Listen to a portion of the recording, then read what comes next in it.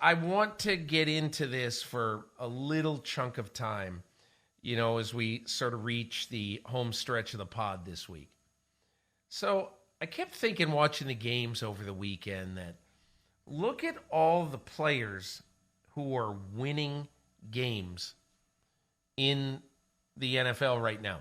Quarterbacks who are playing winning football, okay? And let's just look at it this weekend. Bailey Zappi, 137th pick in the draft for the Patriots in 22. He played a good game at Pittsburgh and won a big road game, even though the Patriots aren't playing for anything. Jake Browning, undrafted free agent on his second team. He's played great the last 2 weeks. Tommy DeVito, undrafted free agent, New York Giants.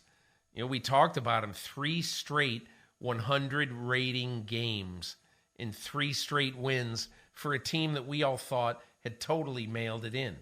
Nick Mullins, even though he didn't play great down the stretch in Vegas, he leads a victory in Vegas. And then obviously Brock Purdy, the last pick in the draft in 2022, might be the MVP of the NFL right now. And on the other side, of all the quarterbacks who won over the weekend, this is going to sound weird, but there's only 2 of them of 14, 2 winning quarterbacks out of 14 who were top 10 picks and are playing with their original team.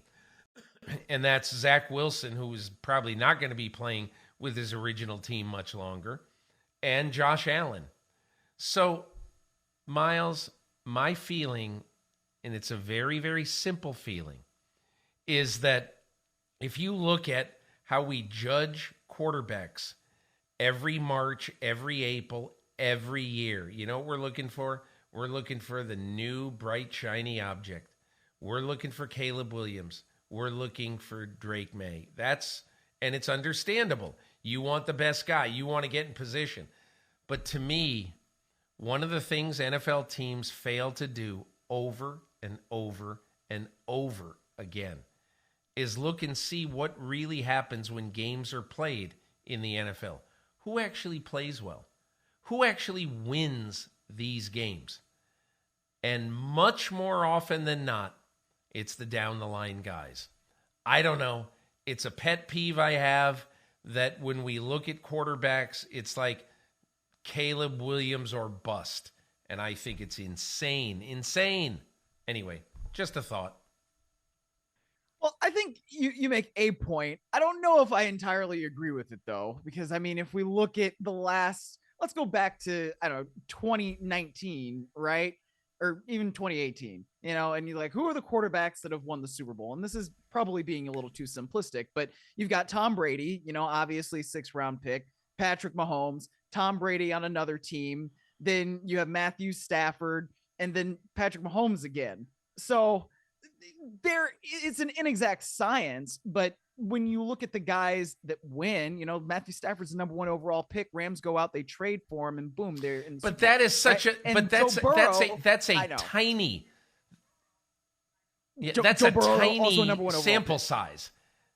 It is. Yeah, it is. You're right about that. But Joe Burrow's hurt right now, and Jake Browning for 2 weeks in a row has put up he put up maybe better numbers than Burrow would. 32 out of 37 at Jacksonville. Yeah. I'm not saying that guys at the top of the draft many of them aren't going to be great. All I'm saying is that stop making that the holy grail of quarterback prospecting. It is an inexact science, especially when you look at what Bryce Young is doing this year. And so to me, it's not just about, okay, do you get that guy, but do you put him in a favorable situation? And so that's why when you look at what Jake Browning's doing, Cincinnati's a good team. They have constructed a good team around Joe Burrow so that he can succeed, which is why you have Jake Browning, who has been in that building, who has understood the offense and what the nuances are of it, who has practiced with those receivers because Joe Burrow was hurt during training camp. that it allows the situation to be what it is. I mean, it's an inexact science, right? I mean, Joe freaking Flacco comes off the street and he's played well for the Browns over the last couple of weeks, in part because Really the Browns well, have set up. Yeah. Well, he's got to stop turning the ball over. But in part, that is because the Browns have a good situation for him, right? So if the situation is good for the quarterback, that's going to help the quarterback. I mean, Brock Purdy, and I don't mean this in a way to take away from what Brock Purdy is doing, because other than Matt Ryan, we've never seen a quarterback run Kyle Shanahan's system as well as Brock Purdy. But Brock Purdy is in a fantastic situation, is he not? He's got Trent Williams as his left tackle. He's got McCaffrey, got Deebo Samuel, Brandon Ayuk, George Kittle, and he's got Kyle Shanahan calling his plays. But I think so much about what a quarterback can do is his environment. Again, Bryce Young, one of the worst environments that a quarterback could be in right now. And that's why that's a big part of why he's not playing very well. He's got a left tackle that is basically a turnstile. It's not good. Okay. The offensive line is terrible and he doesn't have receivers that can separate. You look at CJ Stroud, they put him in a much better situation. He's got a better offensive line, better offensive scheme, had receivers. Unfortunately, a couple of them gotten hurt who can make plays. So it's not just about draft status, it's about the situation. And so if you are Chicago or whatever other team, at the top of the draft, and you say, man, Caleb Williams is the bright, shiny object, can we put him in a favorable situation? And did Chicago put Justin Fields in a favorable situation over the last however many years since he's been there, right? Those are the kinds of questions that you need to be able to ask and answer, because if you have the quarterback that's great, but the rest of the team is crap around him, then you're still going to have a crap team. I am really I was telling this to a team executive yesterday when I've made a few calls about this, my theory, asking what people think. You know what's funny? Most people think, kind of like you do, that it's a little crazy. Most people think that if you've got the chance to go get a good quarterback high in the draft, you've got to do everything in your power to do that. I really disagree with that.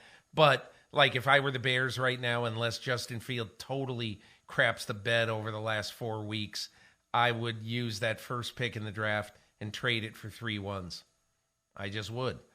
But be all that as it may, I was talking to somebody and I was telling them the story of in training camp, I spent 20 minutes with Bryce Young. I don't know Bryce Young.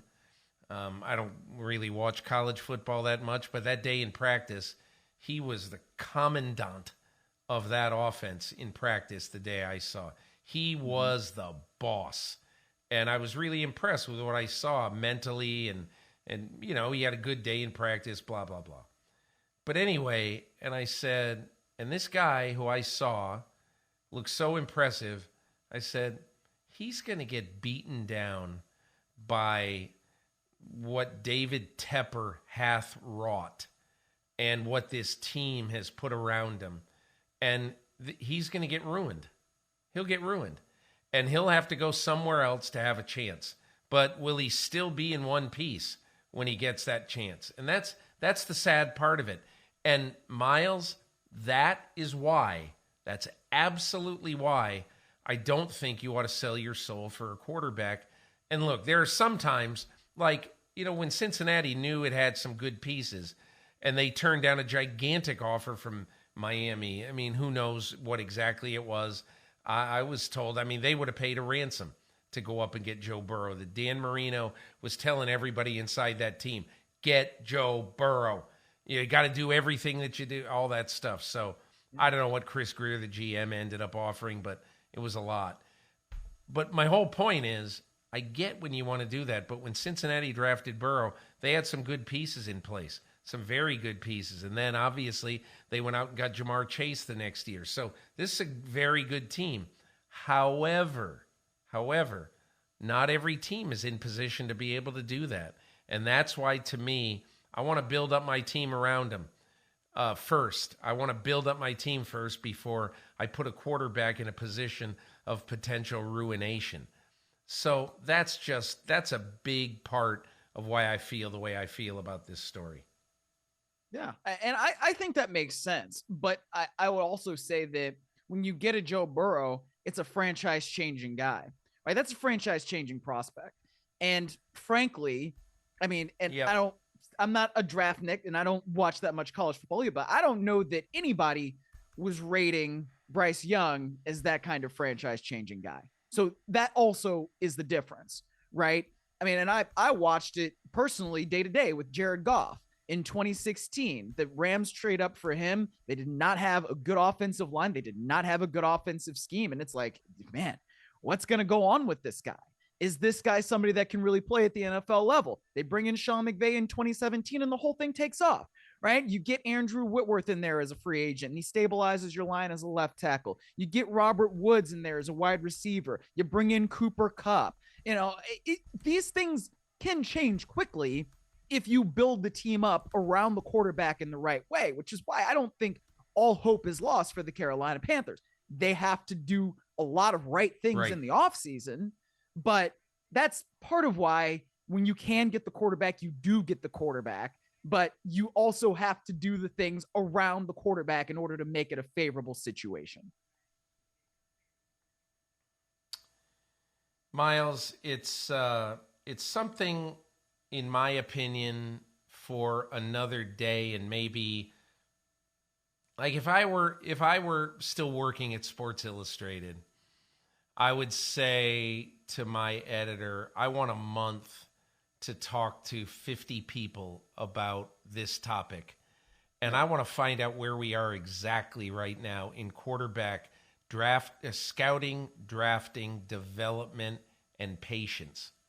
You know, Jake Browning in that podcast we talked about, he doesn't think there's any way that if he had to play right away that he would be the same guy. That, you know, he's grateful. He didn't want to sit for 4 years like you heard him talk about, but I think he's pretty grateful for having been able to work with Kirk Cousins first when he was on the practice squad of the Vikings, and Joe Burrow second when he was on the practice squad of the Bengals. Learned a lot from both those guys, and that's why I think overall my whole point, and I'll just leave you with this, so I know we got to go.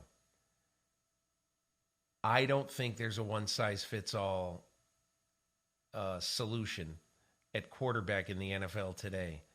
Yes. Way too often, what I start reading every September is, well, the Bears, they got to get in position to draft, fill in the blank, whoever the next savior is at quarterback. And I hate that. I hate it because it is wrong. Capital W, capital R, capital O, capital N, capital G. That's where I'll leave it anyway.